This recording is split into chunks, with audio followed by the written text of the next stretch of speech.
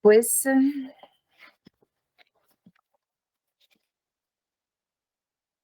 tenemos en principio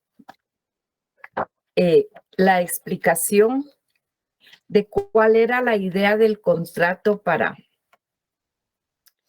el derecho romano. Entonces, con una gran visión, para los romanos ciertamente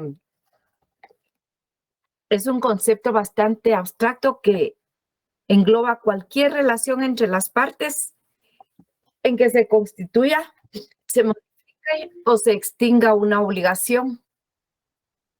De hecho, esa es la definición actual de contrato. La definición actual de contrato está precisamente en esos términos. Y vamos a buscarla aquí en el código.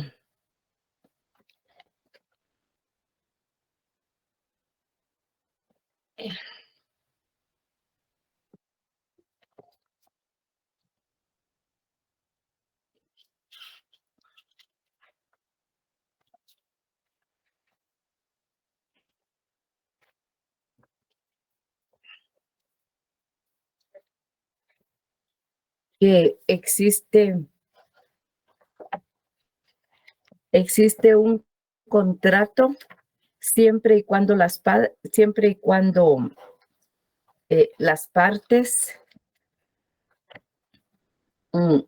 convengan en hacer nacer, en constituir, que significa hacer nacer, que puede ser modificar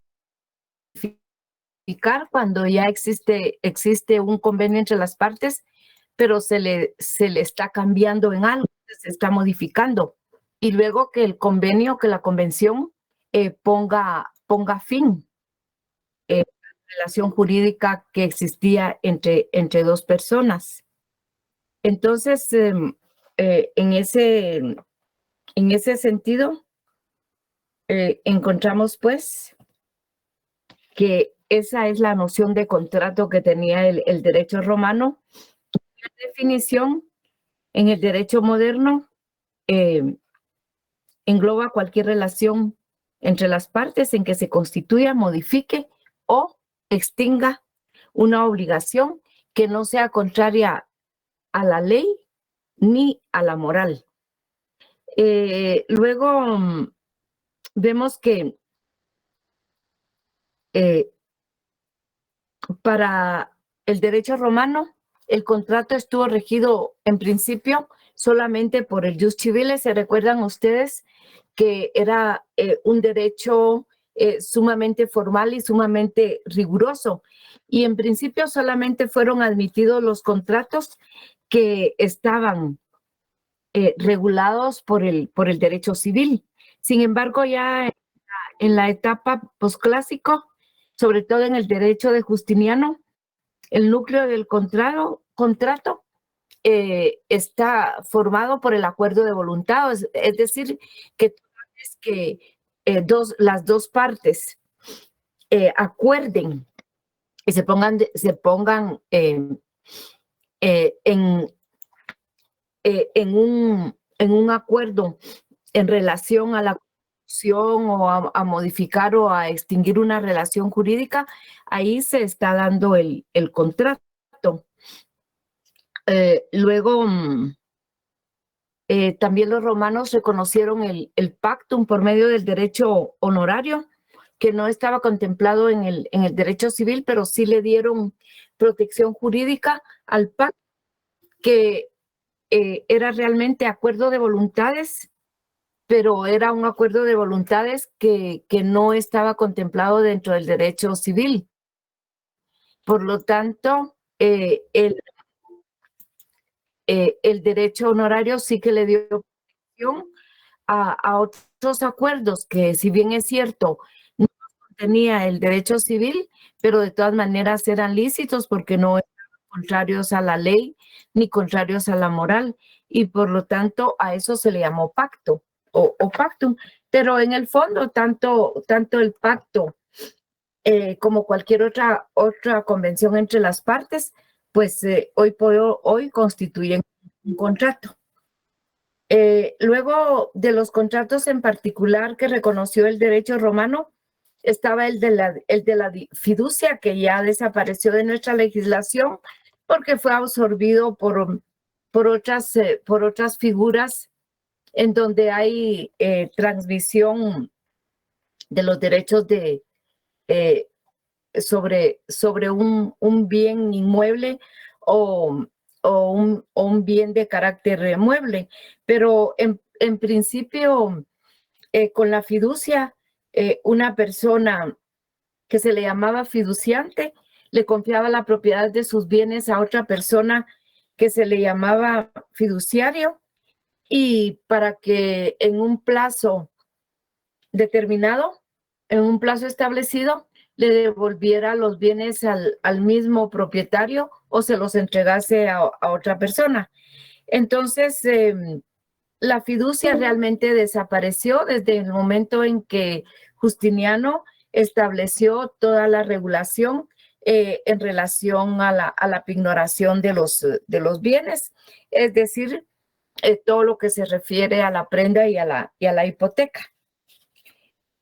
Luego también el contrato de depósito, que lo regula nuestra legislación en el artículo 1974, es cuando una persona que se llama depositante le entrega a otra llamado depositario un bien de carácter mueble a fin de que éste lo guarde o lo custodie gratuitamente y se lo restituya pasado el plazo que se haya fijado. Luego es un contrato de los que se llama contratos reales, porque necesita efectivamente la traditio, necesita exactamente la entrega del bien. Esos son los contratos reales, mientras que los contratos consensuales son aquellos en que opera el simple consentimiento de las partes, y toda vez que esté consentido entre las partes ya no es ni siquiera necesaria la entrega del bien. Y la gratuidad, que es un elemento esencial. Sin embargo, el depósito hoy pues se reviste otras características. Existe también el depósito mercantil, en donde el depósito por guardar bienes de carácter mueble es pagado, y hay toda una regulación dentro del derecho mercantil. También en general, la mayoría de contratos son contratos bilaterales porque las dos partes están obligadas, unas a cumplir una prestación y otras a cumplir la otra. Por ejemplo, en la compraventa una persona se compromete a entregar la casa que está vendiendo, y el comprador se obliga a entregar el precio al vendedor. Por eso es que también son contratos que se les llama de carácter sinalagmático, porque las dos partes se encuentran obligadas a cumplir prestaciones y contraprestaciones. Luego, otro contrato también con mucha dinámica hoy y también dentro del derecho romano es el mandato. Ustedes ya han oído varias figuras relacionadas con el mandato, varias situaciones que una persona le otorga un mandato a otra. Es algo que nuestra experiencia de temas cardinales de la vida humana hemos estado ligados de alguna manera a ese tipo de conceptos, y aunque sea de manera empírica, ya lo conocemos. Por medio del mandato, el mandatario se obliga a cumplir gratuitamente el encargo que otra persona llamada mandante y le hace llevar a cabo un servicio determinado. Puede hacer también que se encargue de la gestión total de la gestión total de todo su patrimonio. Pero el mandato pues también puede ser específicamente solamente para determinado asunto. El mandato en principio también es un contrato de carácter gratuito. Sin embargo, si se pacta que el mandatario va a tener determinados honorarios por el ejercicio del mandato, pues tiene que decirse expresamente dentro del documento constitutivo del mandato. Entonces hay mandatos que son especiales porque son para un asunto determinado. Hay otros mandatos generales que abarcan la administración general de todo el patrimonio. Hay también mandatos con representación. Entonces, que en un mandato con representación estamos actuando en nombre de la persona que nos otorgó el mandato o nuestro mandante, y sin representación porque no necesitamos mencionar en nombre de quién estamos actuando. Luego el mandato pues puede terminar porque hay una revocación por parte del mandante. Puede ser también porque terminó el plazo para el cual fue establecido o,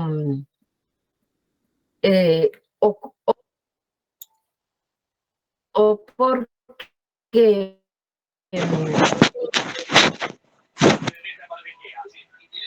o porque ya dio el encargo para el cual fue establecido, o también por muerte del mandante o por muerte del mandatario. Otro de los contratos que vamos a estudiar, de los cuales estamos haciendo reseña hoy, es la gestión. Es cuando una persona actúa como representante de otra, pero sin mandato. Entonces es lo que los romanos le llamaban el negotiorum gestio. Realmente es un contrato de gestión. Hoy en nuestro derecho lo regula el Código Civil en el artículo 1605 y es una figura muy especial. Les planteaba yo como ejemplo de la gestión que Plinio tenía un terreno con unos animales. Sin embargo, Casio se da cuenta de que Plinio no está llegando a atender a esos animales y se da cuenta que no tienen comida y que no tienen agua. Él ignora qué es lo que le pasó a Plinio, pero Casio va a comprar alimentos para los animales y pues les establece cómo puedan ellos beber agua. De tal manera que cuando es a Plinio, pues los animales están bien, han sobrevivido gracias a la gestión de Plinio. Entonces Casio está obligado a pagarle a Plinio lo que gastó para la sobrevivencia de los animales. Entonces, en el contrato de gestión, lo importante es que Casio no le encargó a Plinio que hiciera eso. Casio no está enterado de lo que está haciendo Plinio para que sobrevivan esos animales. Entonces, ese es el contrato de gestión que sí lo tenemos regulado, como les digo, en nuestra legislación civil. Por otro lado, tenemos el contrato de sociedad, por el que dos o más personas que se llaman socios se obligan a poner en común bienes o trabajo con el fin de alcanzar una finalidad lícita y dividirse entre ellos las ganancias y las pérdidas según la porción que cada quien, con la cual cada quien contribuyó, es decir, a cada cual según su aportación. Luego, se recuerdan ustedes que el derecho civil protegía el derecho de sociedad y que quedaron establecidas varias acciones por las cuales se podían hacer reclamaciones. Luego encontramos que la sociedad nació en el derecho romano desde que se produjo el problema de la herencia, porque cuando los bienes quedaban a varios herederos, se formaba de manera no voluntaria, sino que de manera incidental, prácticamente un consorcio, una sociedad de carácter hereditario. Y después se fue ampliando hacia otros aspectos. Hoy es muy importante en nuestro derecho no solamente la sociedad civil, sino que las sociedades mercantiles, y entre ellas una de las que tienen más dinamismo y mucha utilidad y mucha funcionalidad, pues es la sociedad anónima. Otro contrato que es uno de los contratos que les podemos llamar típicos por excelencia, típicos no solamente porque están contemplados y regulados dentro de la mayor parte de legislación privada, sino que es un contrato que tiene, perdón, es un contrato que tiene todos los elementos que nos pueden servir incluso para caso de estudio. Digamos que es un contrato muy completo. Desde el interior del mismo se pueden estudiar muchísimos elementos relativos al tema del contrato. Y en ese sentido, la definición de la compraventa es el contrato por medio del cual uno de los contratantes, que es el vendedor, se obliga a entregar a otro llamado comprador la posesión pacífica y definitiva de un bien.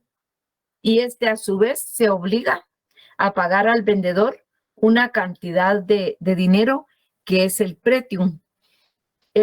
La aparición de la compraventa en Roma debe de relacionarse necesariamente con las necesidades del comercio internacional. Recuerden y recordemos que Roma fue una potencia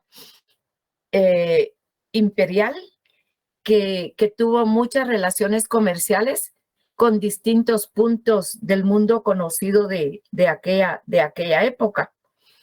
Y entonces vemos pues que se realizó allí, dentro del derecho romano, el nacimiento y la estructura legal de una de las instituciones de los contratos más importantes que persisten hoy por hoy. Luego podemos decir también de la compraventa algo bien importante, porque nace para la persona que compra, nace un derecho de crédito y nace la acción para poder exigirle al vendedor que le entregue el bien. Por su parte, también nace una acción por parte del vendedor para que el comprador le entregue el precio. El precio es un elemento bien importante dentro de la compraventa porque es un elemento sin el cual no puede no puede perfeccionarse el contrato de compraventa. El precio debe de estar perfectamente determinado, debe estar establecido, debe ser cierto y debe de constar en el documento constitutivo de la compraventa. Luego, perdón, como les decía, el precio es un elemento muy importante sin el cual no existe el perfeccionamiento del contrato. Y luego nacen obligaciones para el vendedor, nacen obligaciones para el comprador. Y luego, como les digo, existe todo un estudio doctrinario acerca de la compraventa y toda una regulación legal, pero que gira y que está interrelacionada con la compraventa. Hoy por hoy tenemos la famosa compraventa electrónica, y si bien es cierto, para la época en que se forjó el derecho romano, no existía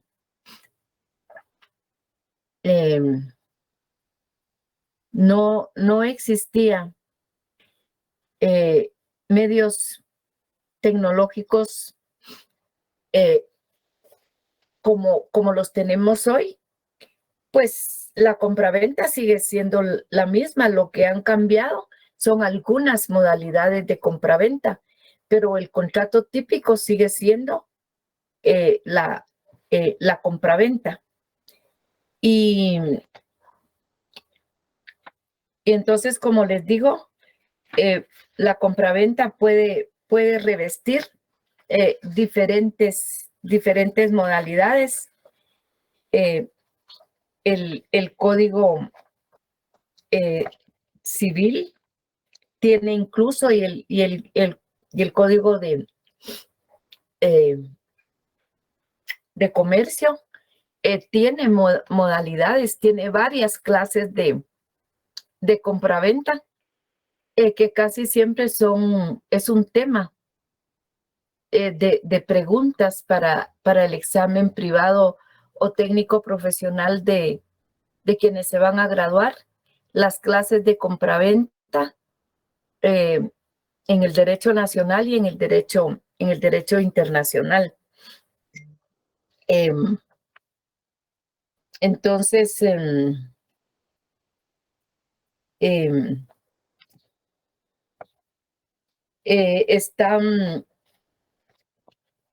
está luego, por ejemplo, los romanos establecieron la indiem addictio,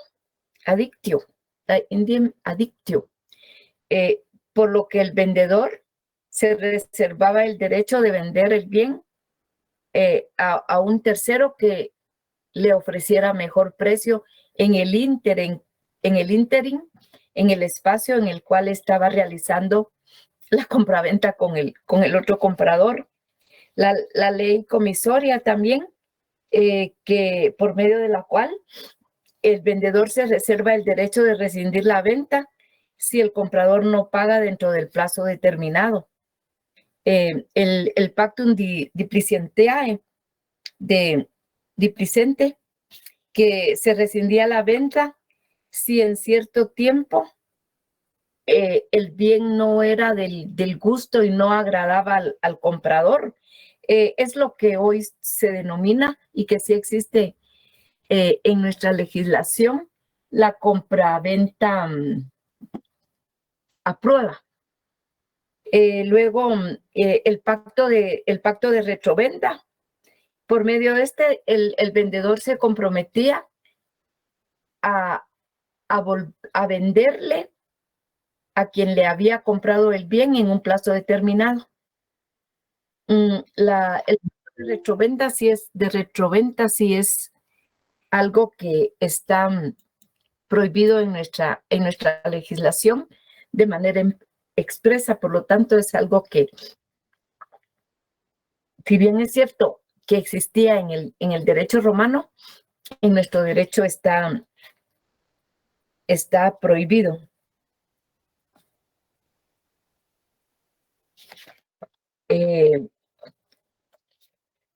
¿Vamos bien por acá o hay algún comentario o alguna pregunta?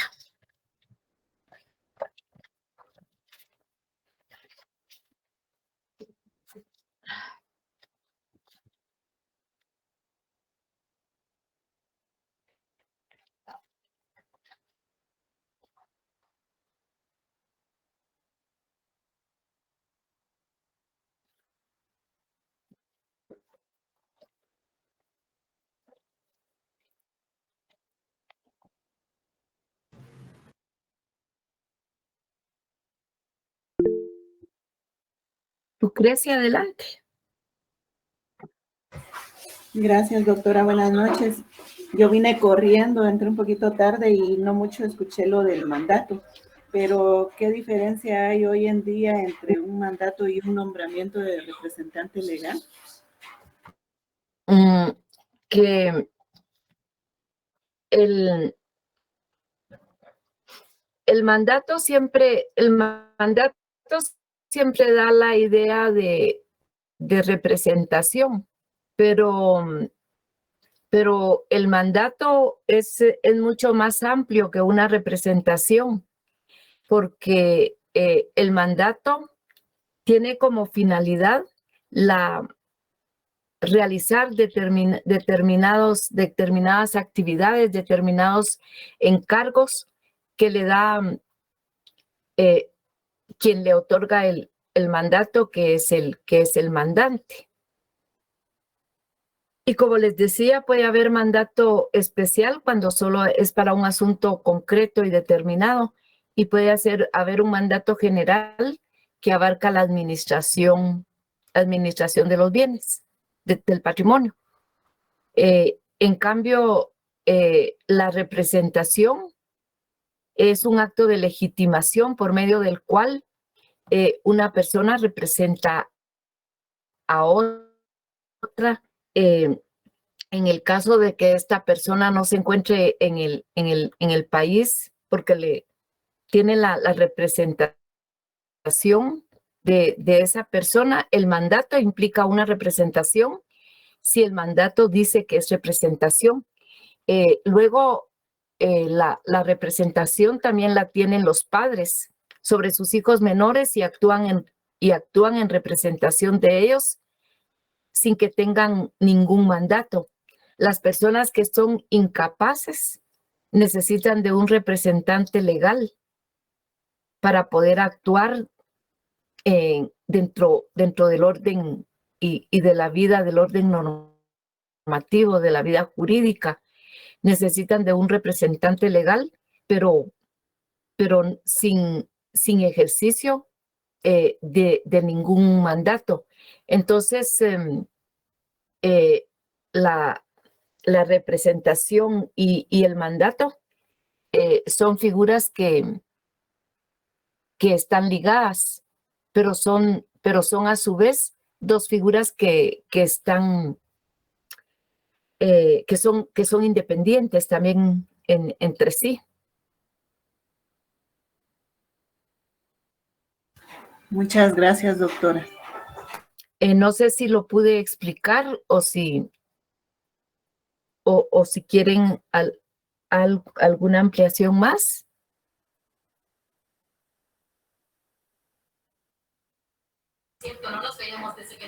O un ejemplo, si pudiera, doctora, disculpe. El mandato es un contrato y la representación no. Entonces, una persona le puede otorgar a otra un mandato para que le venda una casa. Y se vende la casa y ahí se termina el mandato. O que le administre todos sus bienes y esta persona que es su mandatario se encarga de todo lo relativo a sus bienes, puede comprar, puede vender, puede cambiar cheques, hacer depósitos. Y la representación es cuando, por ejemplo, una persona es demandada, por ejemplo, y entonces no puede comparecer a juicio porque está enferma, y entonces le puede también otorgar un mandato a una persona para que le represente. Entonces, ahí también hay mandato y hay representación, pero a veces hay representaciones que no tienen mandato, como el ejemplo de los padres que tienen la patria potestad sobre sus hijos. Raúl, adelante. Gracias, doctora. Era cabalmente eso, porque usted lo tocó ahorita, también el mandato con representación, ¿verdad? Esa parte, pero ya usted la acaba de tocar. Gracias. Ajá. Y hay mandatos sin representación. Entonces son dos figuras que están ligadas, pero son dos figuras que son independientes. La representación es una figura también procesal que legitima a la persona para poder actuar en juicio. Quien no tiene la representación judicial de alguien no está legitimado para actuar en juicio. Quien no es el padre de un menor no está legitimado para actuar en juicio porque otra persona no tiene la representación, a no ser que se la hayan otorgado a través de un mandato. Luego viene el arrendamiento. El arrendador pone a disposición del arrendante un bien o prestación por un determinado tiempo, con la obligación por parte del arrendante de pagar una contraprestación en dinero. Entonces, los contratos de arrendamiento son contratos muy conocidos en la vida cotidiana. Los romanos establecieron también el arrendamiento operarum, que es el arrendamiento de servicios, pero hoy es un contrato, le llamamos contrato de trabajo. También los romanos establecieron el arrendamiento de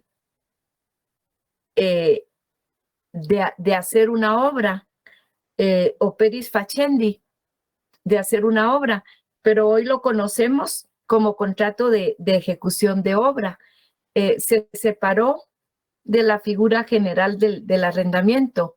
Antes también prestar servicios para los romanos fue una forma de arrendamiento, así como entregar un bien a cambio de una cantidad de dinero.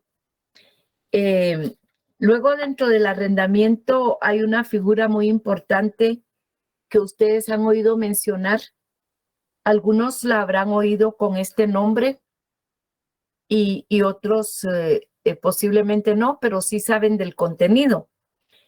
Lo que se llama la tácita reconducción del contrato o renovatio tácita, le llamaban en el derecho romano.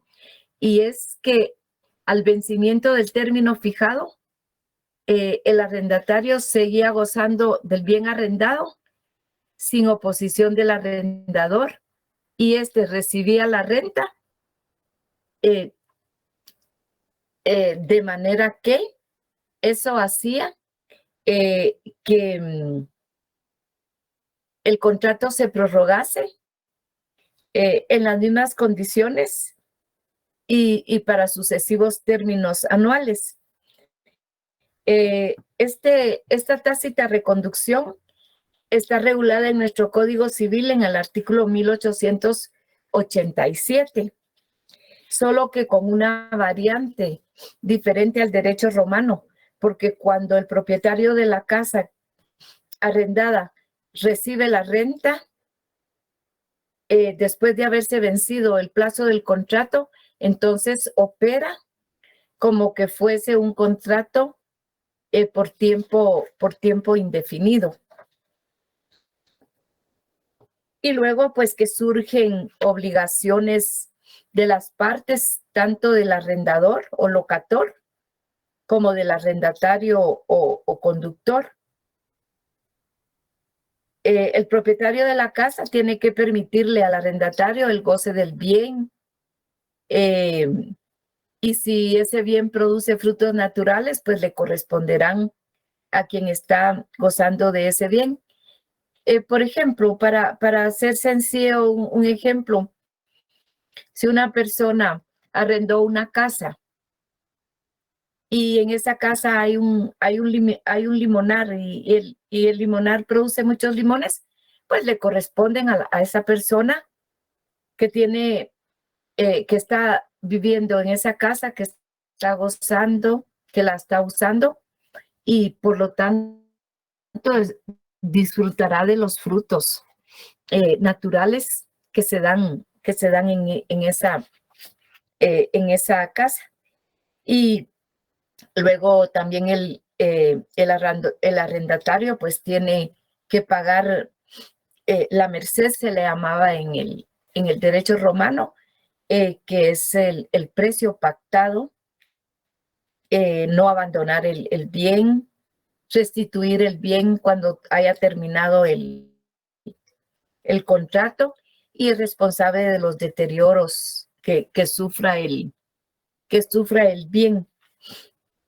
Luego se termina este contrato de arrendamiento por destrucción material del bien arrendado, porque se cumple el plazo, porque se muere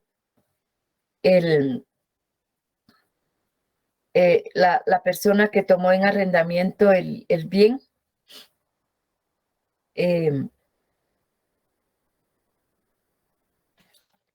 Los romanos tuvieron muchos casos de extinción del arrendamiento si una persona también no pagaba y caía en mora. Luego, los romanos también definieron lo relativo al cuasi contrato. Eran relaciones jurídicas obligacionales que sin ser exactamente un contrato, producían efectos de carácter obligacional, como por ejemplo cuando 3 personas compraban juntas una casa, se convierten en copropietarios y de ahí pues que los copropietarios tengan derechos y también tengan obligaciones. Entonces no son exactamente contratos, pero que sí sus efectos se asemejan a las obligaciones que nacen de los contratos. Y por eso es que el derecho romano les dio protección. Entre los cuasi contratos dentro del derecho romano, pero que hoy en nuestro derecho tienen ya la configuración de contrato, está, por ejemplo, el contrato de gestión de negocios o el contrato de gestión nada más. Cuando una persona cuidaba o administraba bienes o realizaba cualquier gestión en favor de otra, con la idea de beneficiarla o de evitarle algún perjuicio, sin que haya recibido ningún mandato de esta, sin tener ningún cargo que le obligara o lo facultara para ello, que es el ejemplo que les daba de los animales que no tenían comida ni agua y que una persona llega y les da toda esa asistencia para que no se muera. Luego es un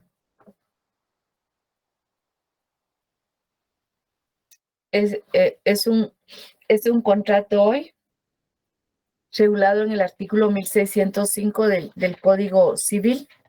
También los romanos consideraron que la comunidad incidental hereditaria de los coherederos era un cuasi contrato porque tenía efectos de obligaciones muy parecidas a las de los contratos. Lo mismo sucedía con la tutela, con los legados y con el pago y cobro de lo indebido. Cuando una persona, por ejemplo, le va a pagar a la persona que no es, entonces eso no es un contrato, pero tiene derecho de reclamar. O cuando vimos el caso del actio empty, que un fiador paga lo que no pagó el deudor, pero tiene lo que se llama derecho de repetición.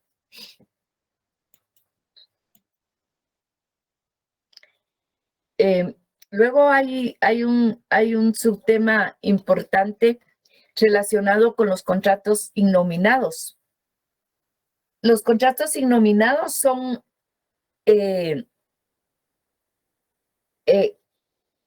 contratos en los cuales se requiere que una de las partes hubiera entregado un bien o realizado a favor de la otra persona algún tipo de prestación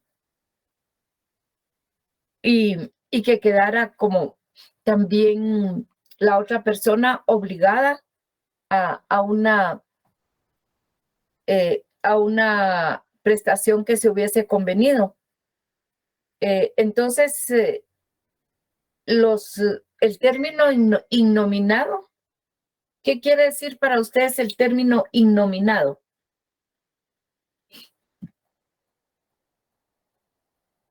¿Sin nombre, doctora? Sí, innominado quiere decir que no tiene nombre, pero aquí no vamos a tomar ese término de manera semántica con ese significado, porque los contratos innominados en el derecho romano fueron los contratos que no estaban reconocidos dentro del derecho civil, en el jus civile. De hecho, pues, si no estaban en el derecho civil, pues no iban a aparecer con ningún nombre, porque el derecho civil no los regulaba y al no regularlos no los nominaba y por lo tanto no tenían nombre. Sin embargo, el derecho pretorio le dio protección a muchas relaciones jurídicas que entrañaban realmente un contrato entre las partes. Y más adelante fueron reconocidos como verdaderos contratos. Por ejemplo, en el derecho mercantil, Priscila, por favor, adelante.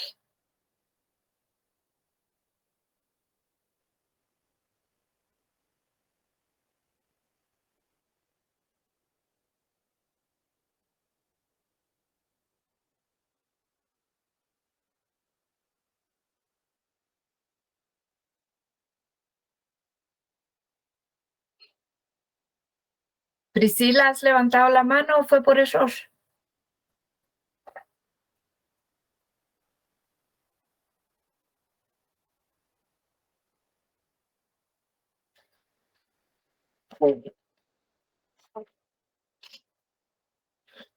Bueno, entonces les planteaba que en el derecho mercantil hoy por hoy surge un asunto y es el de los contratos innominados. Pero no es que los contratos no tengan nombre, porque la costumbre y los usos mercantiles le han dado un nombre a esos contratos. pero no aparecen en el Código de Comercio, no están, porque hay tantas relaciones contractuales lícitas que no van en contra de la ley ni la moral, que las partes celebran en el amplio e imperativo uso de la voluntad humana. Dentro del imperio de su voluntad humana, la gente, según las necesidades y según también el ingenio creador, producen relaciones contractuales y de hecho se les da un nombre dentro de los usos sociales. Sin embargo, no están dentro del Código de Comercio y por lo tanto se les llama innominados porque el Código de Comercio no los menciona, pero existen, se celebran y tienen nombre. Y ahora hay una cantidad increíble, sobre todo ahora que la ciencia y la tecnología han avanzado y están a la vanguardia y adelantados al derecho. Entonces existen unos contratos increíbles. Por ejemplo, se contrata a una persona para que vaya a aplaudir a un evento.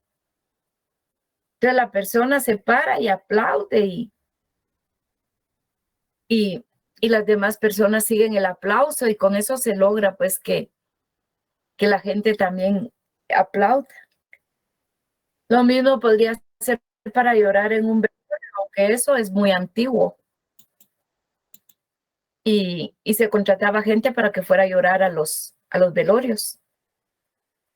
Y cuando muchas veces le preguntaban a una señora cuál es su oficio, plañidera decía, que quiere decir llorona, pues iban a llorar a los velorios.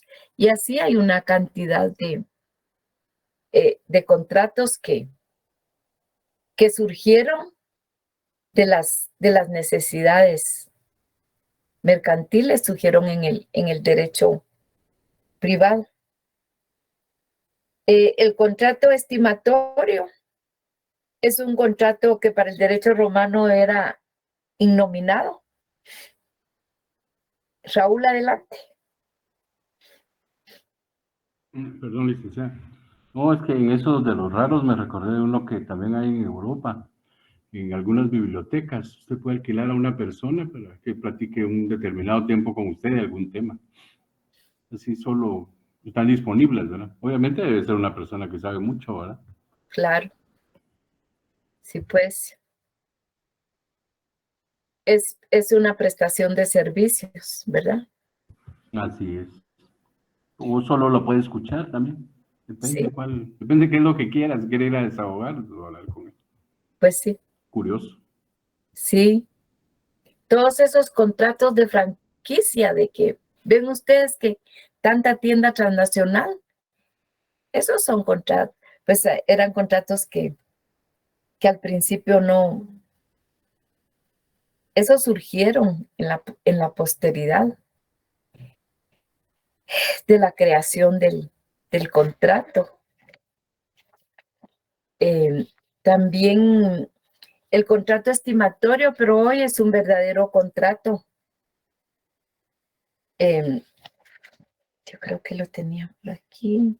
Sí, está regulado en el artículo 713 del Código de Comercio.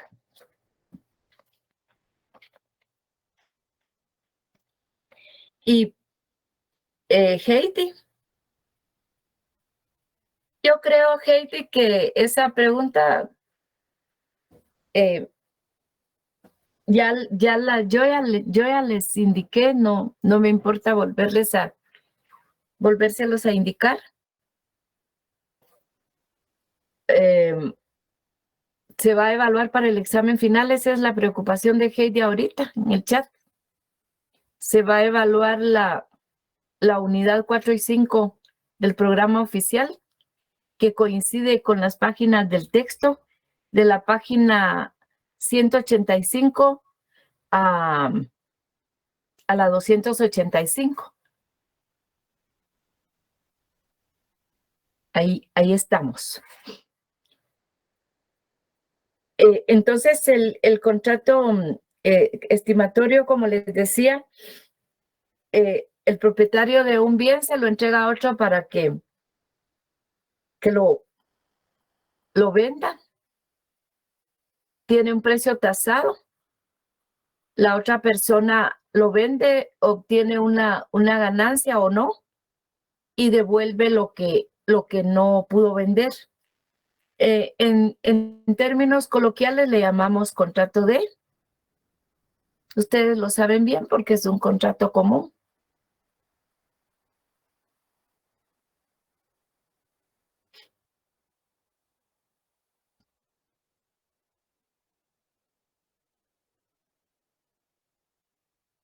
¿Cómo se llama en ese contrato que nos entregan un bien para que lo vendamos? Si no lo vendemos, lo devolvemos. O si es un bien divisible, pues podemos vender una parte y devolver lo que no vendimos. En las fiestas de los colegios se utiliza mucho ese contrato. Si Alma Lorena es precisamente contrato de consignación.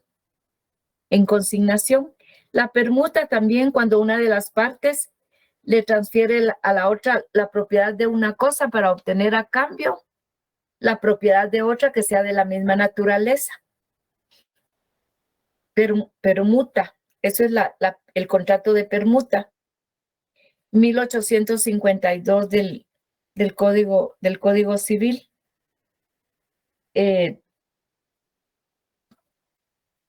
Luego está también el contrato de datio ad experiendum, para que una persona recibe el bien, pero aprueba. Y si es satisfactorio, entonces la persona ya se queda con el bien. También el contrato de precariedad, por lo que una persona dejaba que otra disfrutara libremente sobre un terreno. Y era realmente un acto de liberalidad, de buena voluntad del propietario. Y contrato que podía ser revocado en cualquier momento. También los romanos tuvieron el contrato de seguro para poder garantizar la pérdida de sus bienes, sobre todo cuando transitaban en las carreteras, aseguraban sus bienes, aseguraban sus carruajes, sus caballos. Es un contrato que tiene, ya saben ustedes, muchísimo dinamismo, porque además hay variedad de seguros y en algunos países se habla de seguros que parecen incluso increíbles, de las cosas que se permite asegurar. Es un contrato que en el Código de Comercio está regulado en el artículo 874, me parece. Luego, también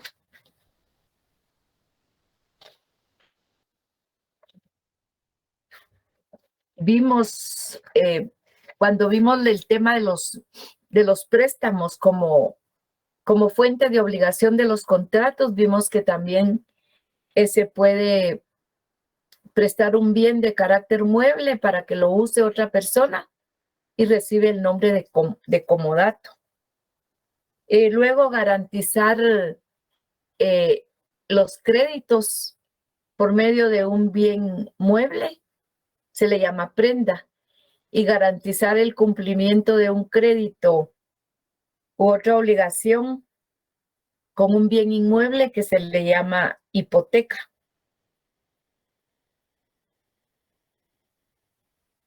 Y así también el contrato de promesa que estuvimos viendo como fuente de las obligaciones. Como ven, todos estos contratos que estudiamos hoy no son en absoluto ajenos a nuestra legislación actual.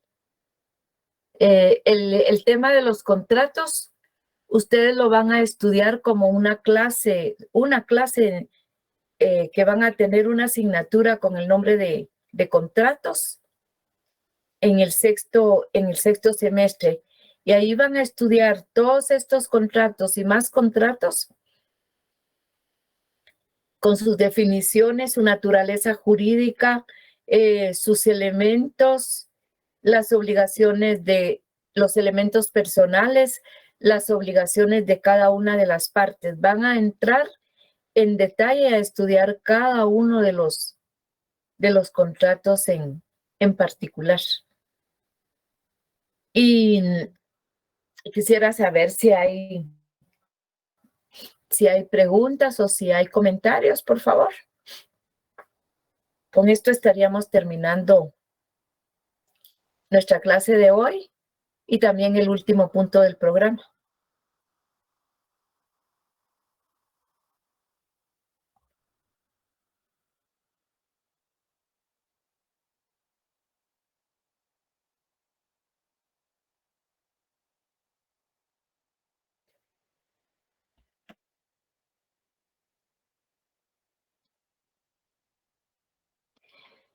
Lester, las notas del examen extemporáneo las voy a subir en las actas oficiales juntamente con la nota del primer parcial, entonces ahí va a aparecer la del segundo parcial.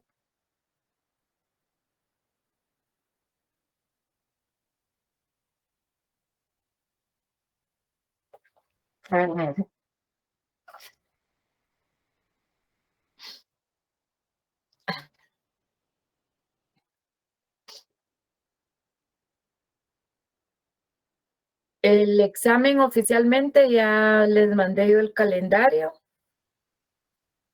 por medio de nuestros enlaces de sección.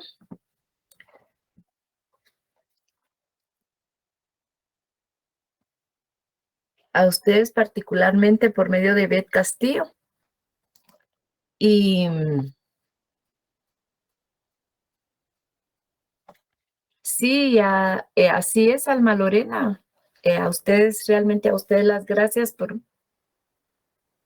haber colaborado, por haber participado, por haber estado virtualmente presentes en estas sesiones de clase.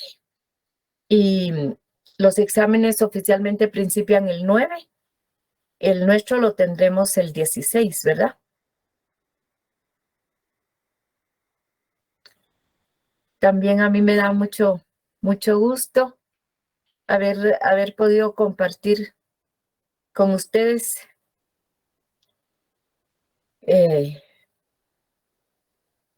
mi limitado conocimiento, pero espero que les haya servido, que vayan incorporando a su saber general todos estos temas, porque les va a seguir siendo de utilidad en toda la carrera que se estudia Derecho Privado y también en su vida profesional. Cuando ustedes logren culminar sus estudios, así que yo encantada